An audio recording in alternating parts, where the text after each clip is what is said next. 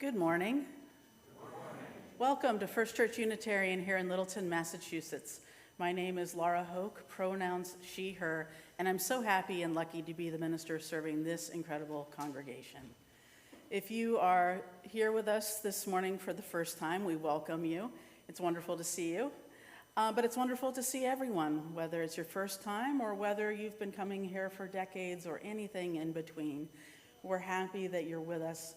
We want to get to know you better, and we cherish that you are among us today.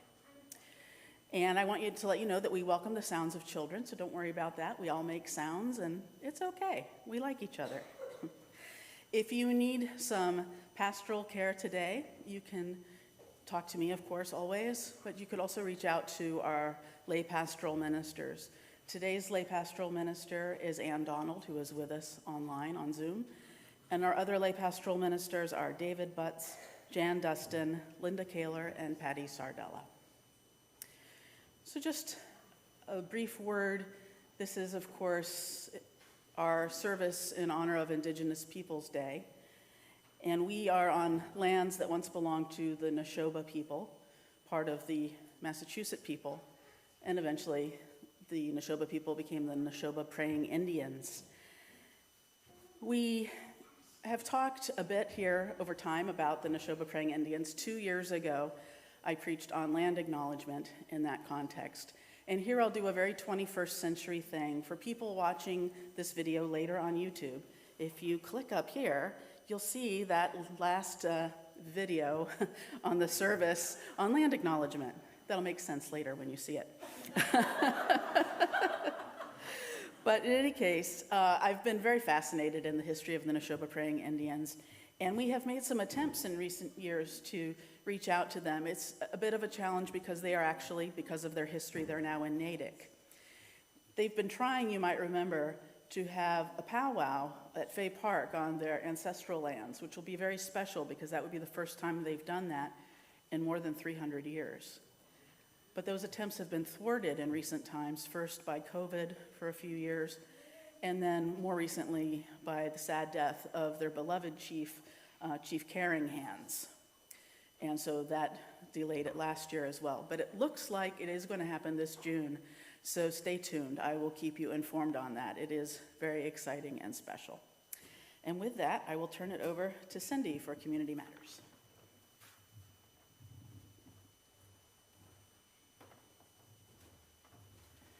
Good morning.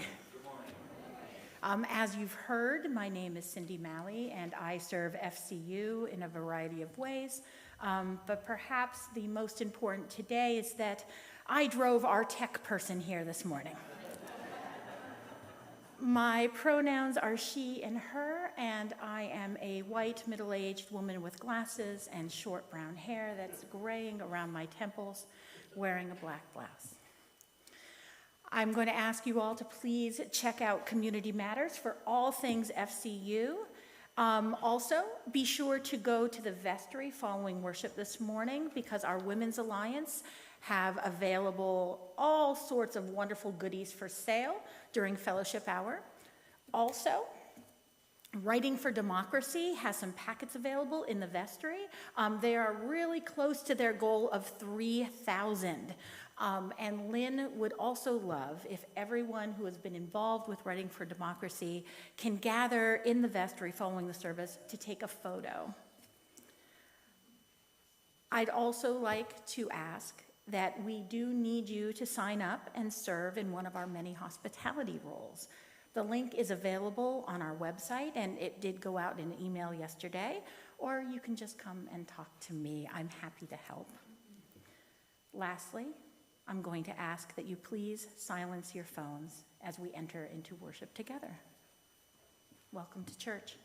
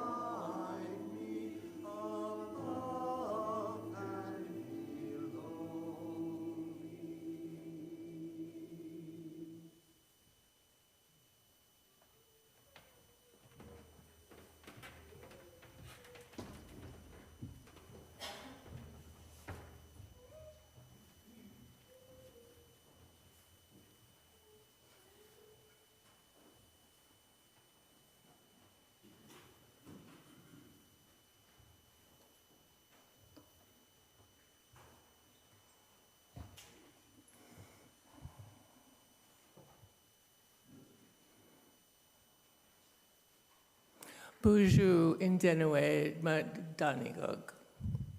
O Mitakayasan. Welcome.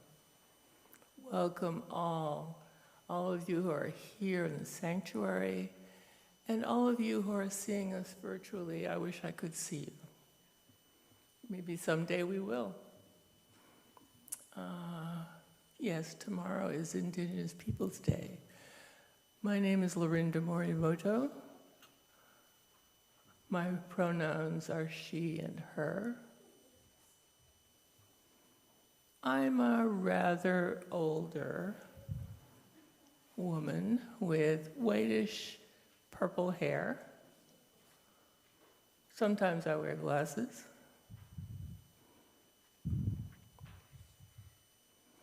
And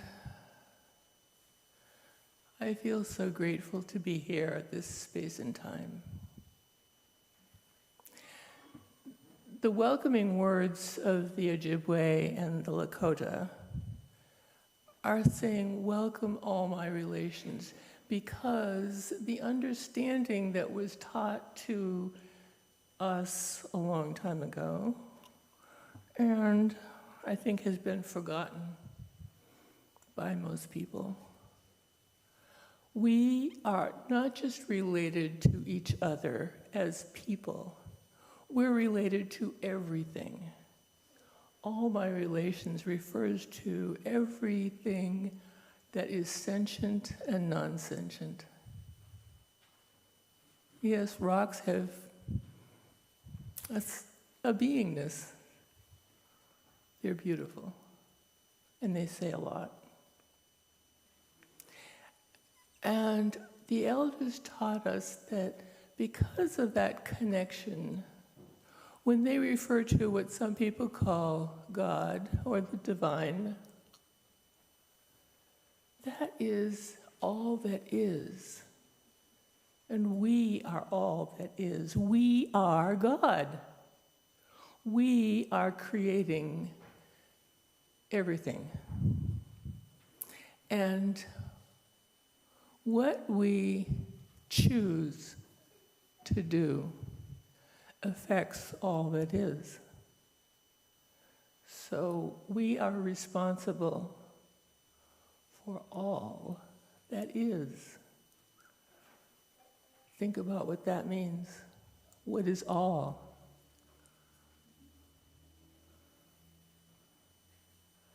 Yeah, it's the war in Gaza and in Ukraine and inside of us. Until the war inside of us is no longer fed, why would it end outside of us? We are the creators. Our responsibility is to think about what we are creating, not only with what we do, but also with what words we choose to say something, and more importantly, what thoughts we have. The elders also understood that thought precedes form. Think about that. Whoa. What thoughts are you choosing to have? I wish you a joyous, prosperous, healthy life. Every moment. And with those words, I'm going to call Natalie. Would you be willing to light our chalice? Thank you. And as Natalie lights our chalice, please repeat the words of our covenant found in the order of service. Love is the spirit of this church, and service is law. This is our great covenant, to dwell together in peace, to seek the truth in love, to help one another. Miigwech.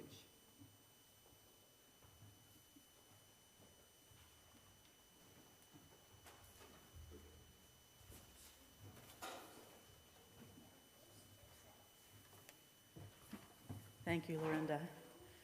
Please join me now in our opening hymn. It's in the gray hymnal, number 366, Heleluyan, and also the lyrics will be on the screen. It's from the Muscogee Cree Nation.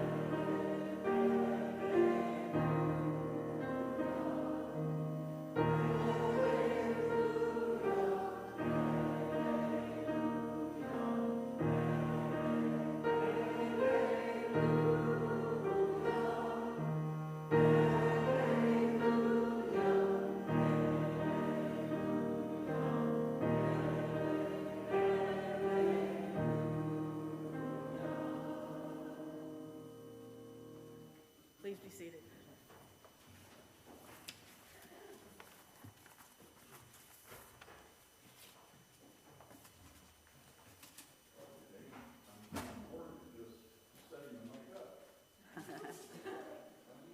Oh, the story. Tucker, you want to hear the story? Okay. Okay. This is great. The name of the story is Can You Hear the Plants Speak?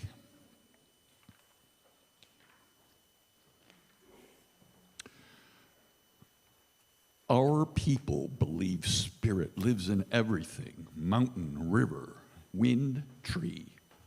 Come, take a walk with me. I spent long summer days with my great-grandparents exploring every rock and plant, learning when the creeks ran and the plants flowered. I chased squirrels, played with lizards. Wind sang through bunch grasses. Woodpecker tapped his heartbeat. Leaves danced across the ground. We listened as our plant relatives spoke. Wild strawberries, we'll quench your thirst when the streams run dry.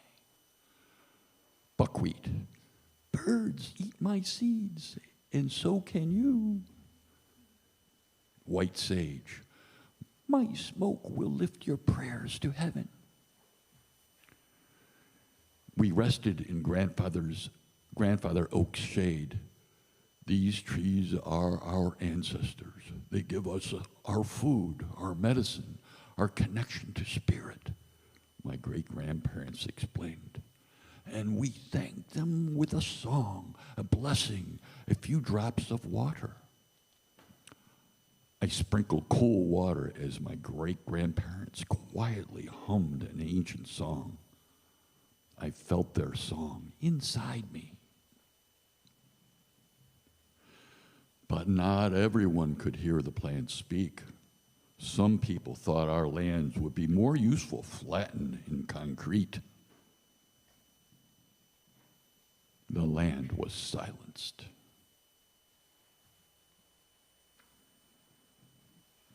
I grew up and the city grew too. When my great-grandparents passed, I lost their voices. Adrift, I was lost too. But wait, what's this?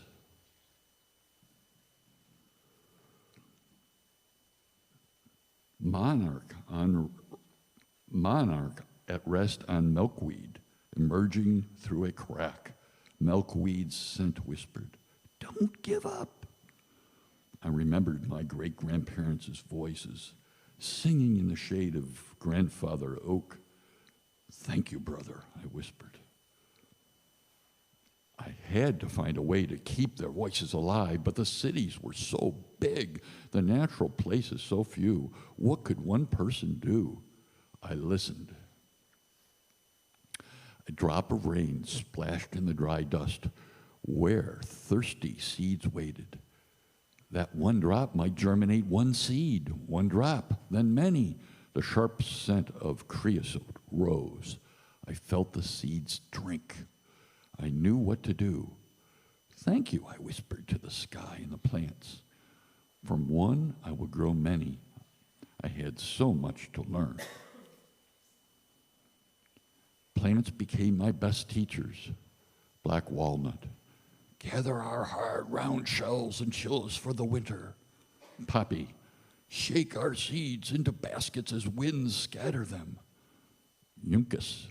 Divide our stems after fledglings leave their nests. Lupine. We carpet hillsides. Our seed coats are broken by a tumble of rock. Palo Verde.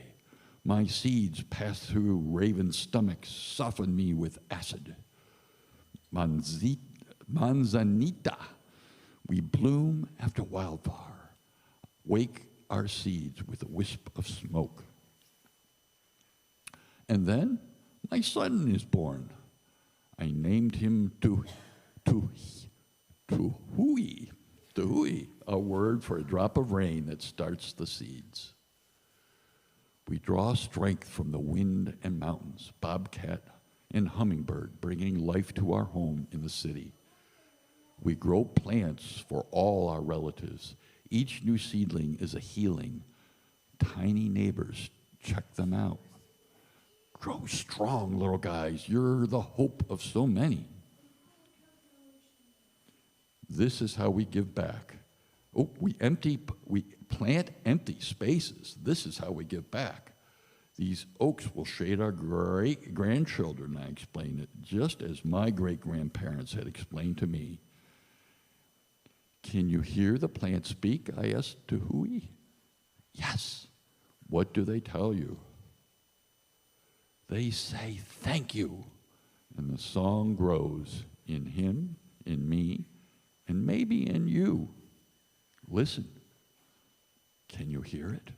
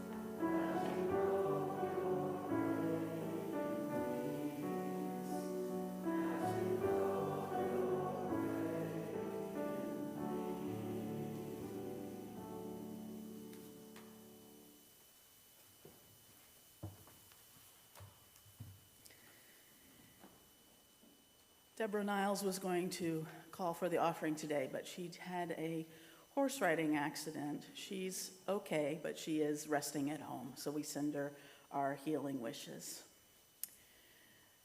First Church Unitarian in Littleton is a self-supporting congregation. We rely on the generosity of our members and our friends to do our ministries here and in the world. People share very generously of their time and their talent, and also when they are able, they share from their own treasure. So in that spirit, we ask you, if you can, to be generous for this morning's offering. If you are with us in the sanctuary, please put any checks or cash into the plate when it comes around, as you wish. If you are with us online, you could go to our website, fculittle.org, and click on the yellow donate button, or you could simply mail in a check to us at 19 Foster Street, Littleton, Massachusetts 01460. This morning's offering will be given and received in grateful appreciation.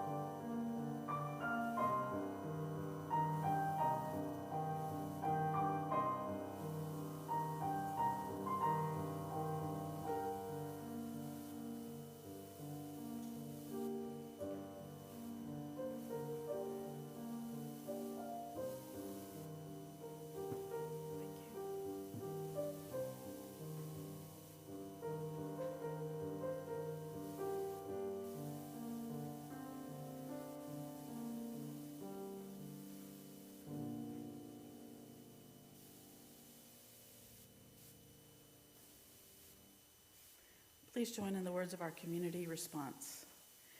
May we be transformed by our giving, and may the world be transformed by our gifts. Many weeks we have a special time that we call the Candles of Caring. This is an opportunity to share those concerns that are dearest to you with this gathered beloved community. If you have an important joy or concern or sorrow that you would like to share, if you're in the sanctuary, we invite you, if you're able, to come up to the microphone and say your name and briefly let us know how we might direct our thoughts and prayers and healing wishes. You can also line on the sides if you're able to speed the process.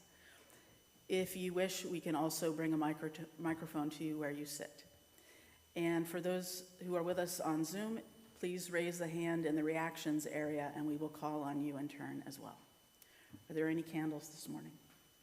With this gathered, beloved community, let us hold in our hearts and our thoughts and perhaps our prayers those joys and sorrows spoken aloud this morning, as well as those that remain unspoken as we share together in a time of sacred silence.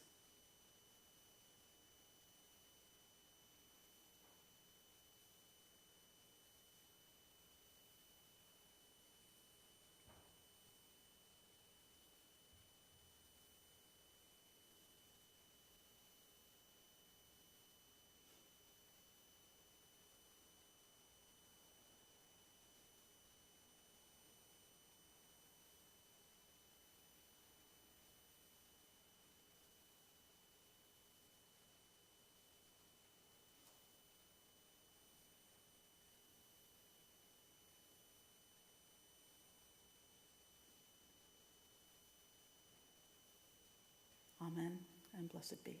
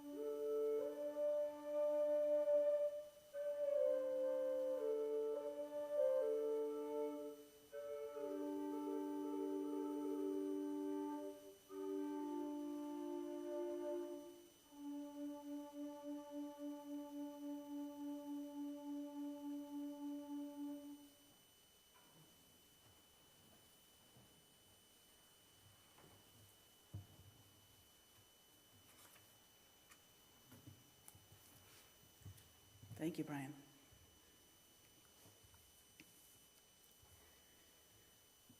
I've been enormously interested in the history of the Neshoba praying Indians since first arriving here going on 7 years ago. It's probably the most interested I've been in an Indigenous people where I was planted since growing up in central Pennsylvania in the land of the Susquehanna people. When I was growing up, we would talk about the Susquehanna Indians, as we called them, in my public school. We learned a bit about it then, and we learned about it some in Girl Scouts. And there was, and there still is, a very nice exhibit in the Pennsylvania State Museum down the street, really, from where I grew up in Harrisburg, Pennsylvania. And as much as I felt an affinity for the Susquehanna people, sort of like the affinity that I feel now for the Neshoba people, there was one thing that always sort of threw me, and namely, for lack of a better word, the Susquehanna people always seemed so understated to me. It felt like they were sort of tucked away somehow, sort of hidden away.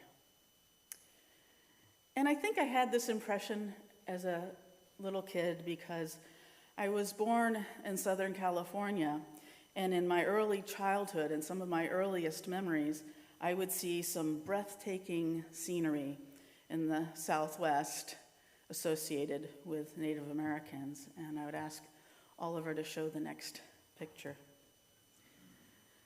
So of course this is Monument Valley from Arizona, also in Utah rather, also in Arizona. And when I was a little kid, we would drive through other parts of the West. We would go further north, and you'd also see breathtaking scenery that was part of the cultural landscape, sort of inseparable from the religions of the native peoples there.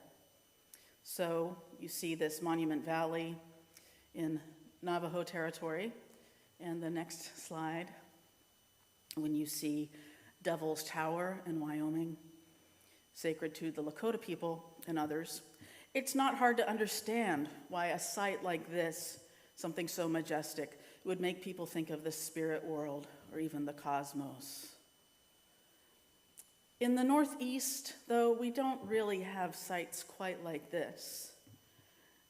We don't have these kinds of dramatic stone formations, but in recent years I've come to appreciate that in fact there is glory and spirit in our northeastern lands and rocks too.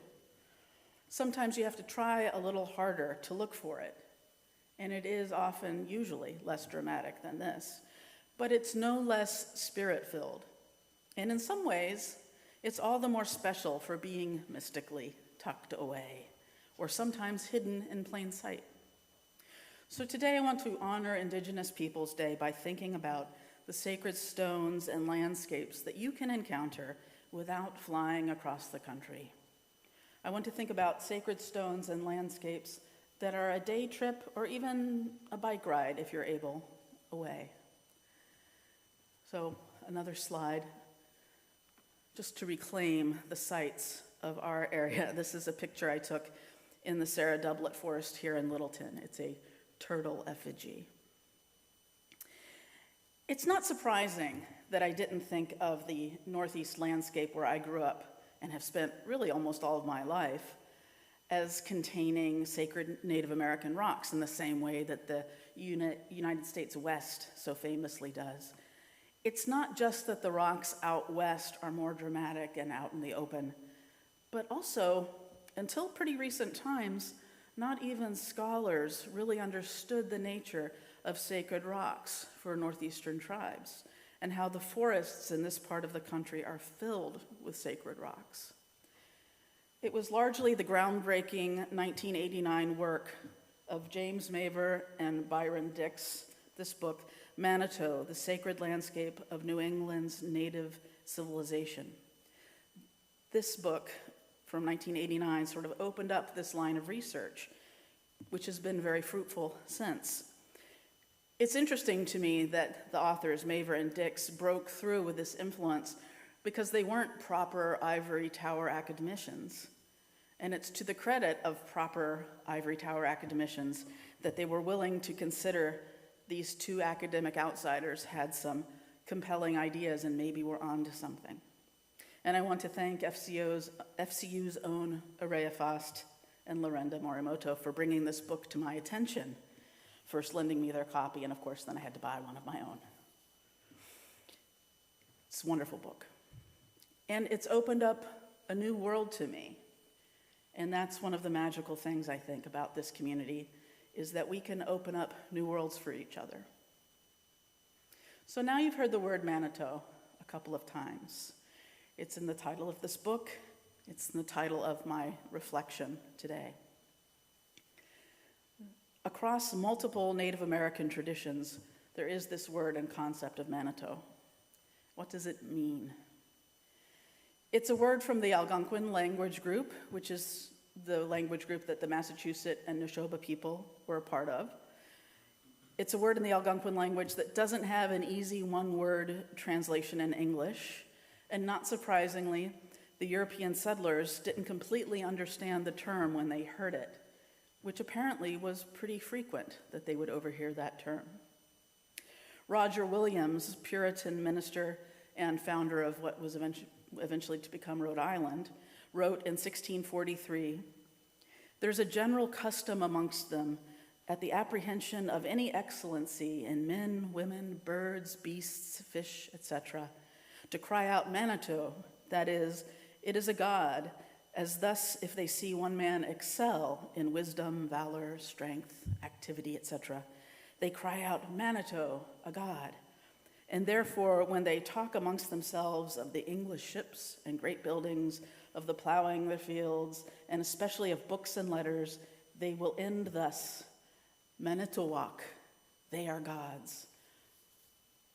They will say, Manitou, you are a god. As historian and Smith College professor Neil Salzberg wrote, the Manitou, which Williams translated as God, actually referred to the manifestation of spiritual power, a manifestation that could occur in almost any form. Salisbury goes on, belief in Manitou was found with variations throughout Algonquin-speaking world of Central and Eastern North America.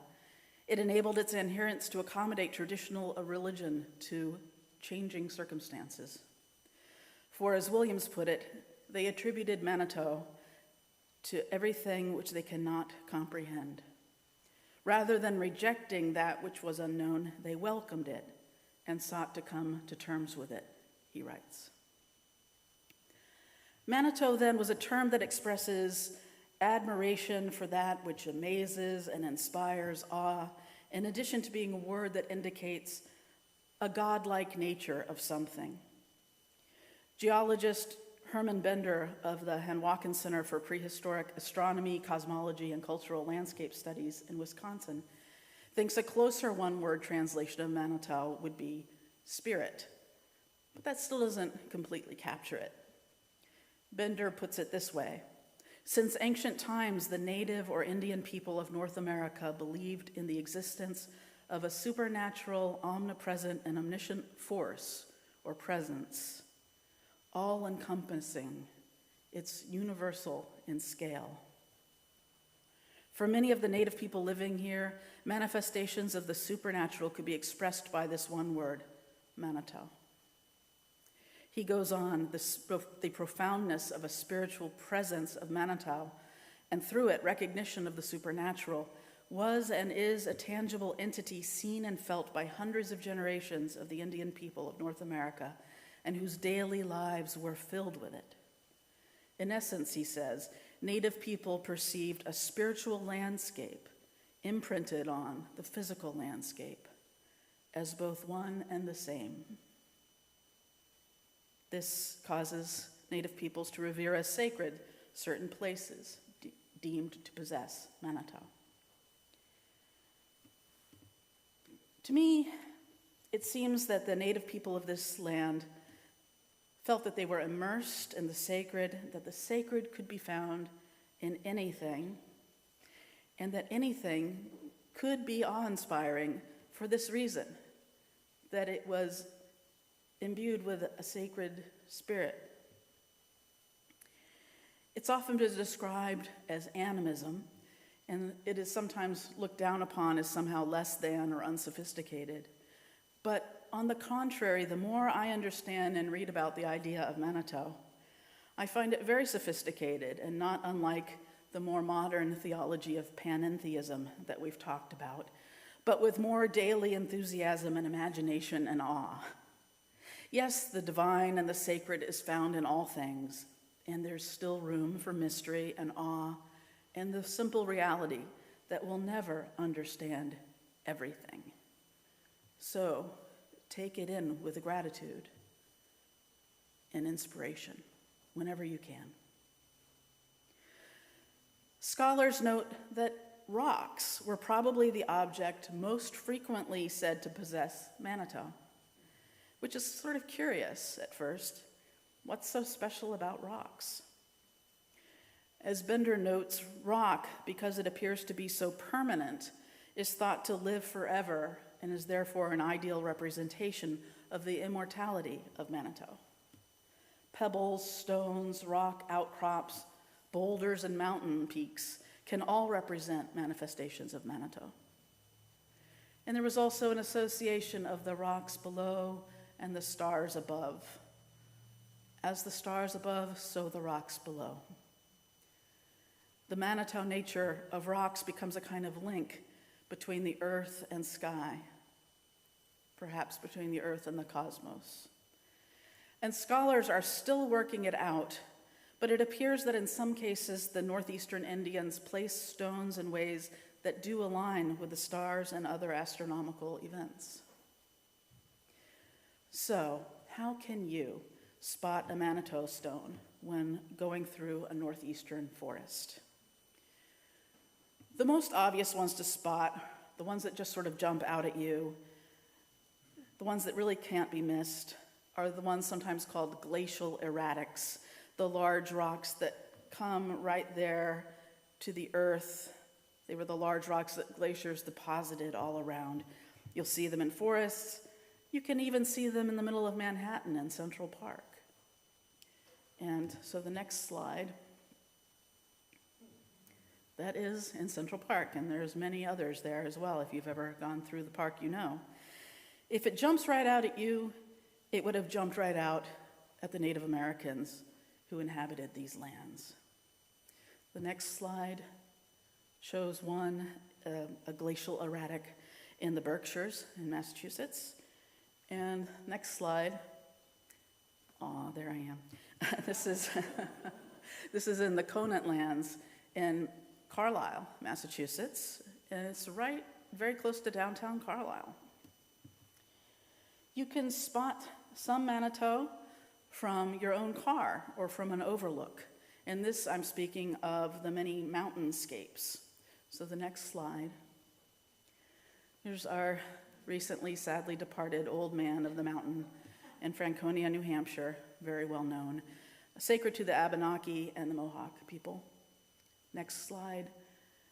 Above, you'll see the Wyndham High Peak, and below the Overlook Mountain in the Catskills in New York State.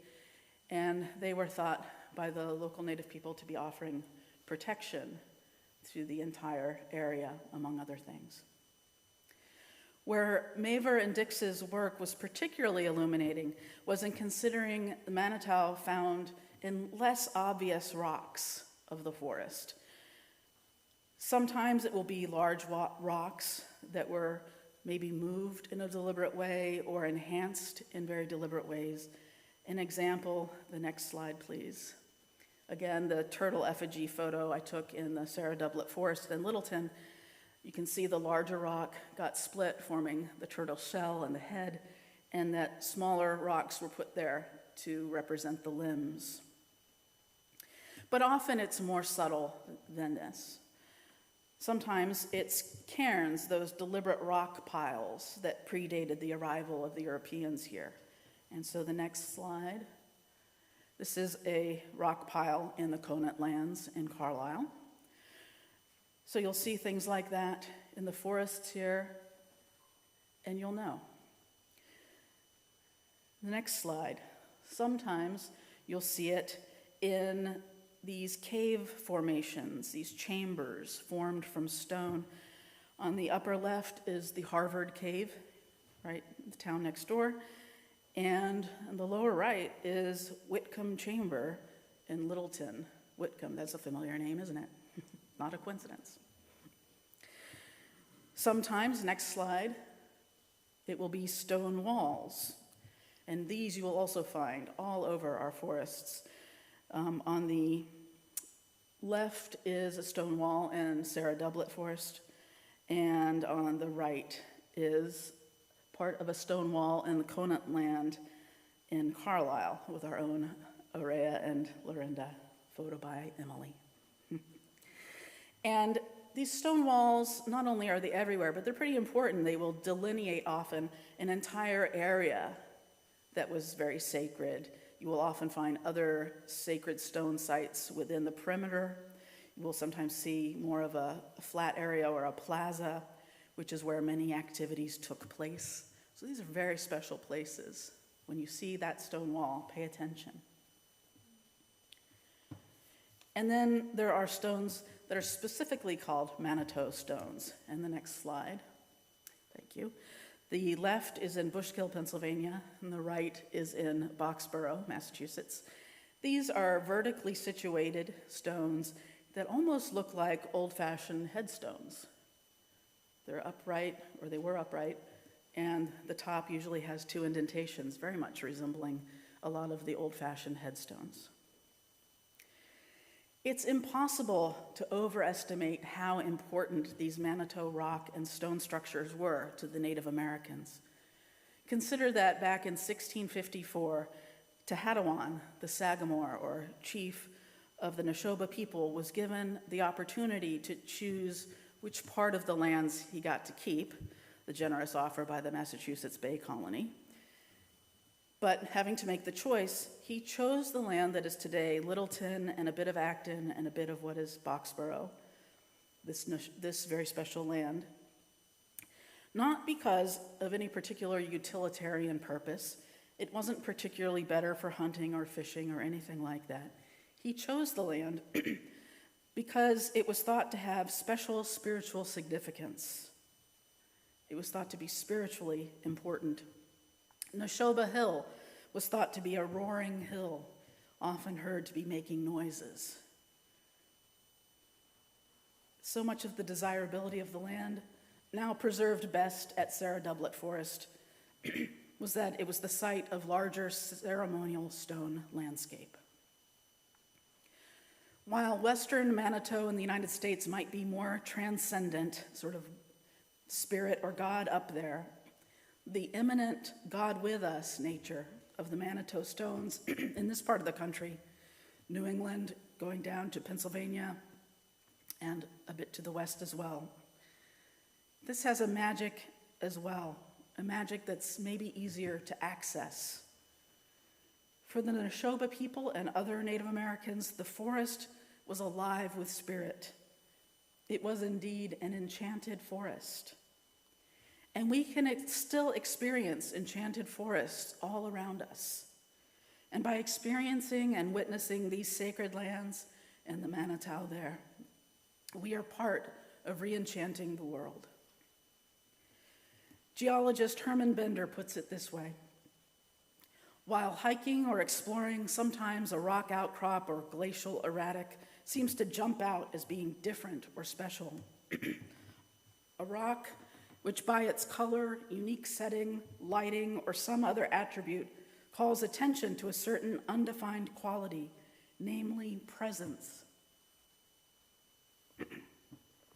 In those cases, he says, I know I'm not looking at something random. I know that science alone is not going to be able to describe it. The experience is too profound to simply or scientifically describe it as a natural object. I have come, he says, face to face with a Manitou stone and my own sense of humanity. If you are able, I encourage you to explore the forests near you. Learn about them. If you can, learn about the native history. And saunter, as Henry David Thoreau would say, perhaps not hiking vigorously for exercise, but rather slowly and carefully walking or sauntering, seeing and smelling and sensing the forest.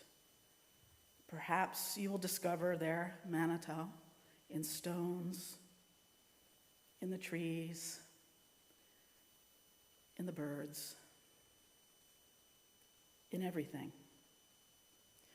And if you live nearby and are able this Friday evening, the Littleton Lyceum is offering a program at Littleton High School called Littleton's Hidden Sacred Shamanic Landscape, Sacred Stones, Vision Quest, and the Neshoba Praying Indians. As the event description says, Littleton is sacred ground. We walk and live amongst a native-made, spirit-dwelling landscape, a shamanic world hidden just out of sight. Journey with us as we explore a world of ceremonial stone constructions, hidden all around us, prayers built of stone. Tread softly here. This landscape lives and is a place of communion between the Great Spirit and the human spirit. Indeed, tread lightly, wherever you are. Tread softly. We are living, all of us, on sacred ground. Manitou. Blessed be, and amen. Our closing hymn is an Natil hymnal. It's number 1069, Ancient Mother, from a traditional Navajo prayer. I invite you to rise in body or spirit.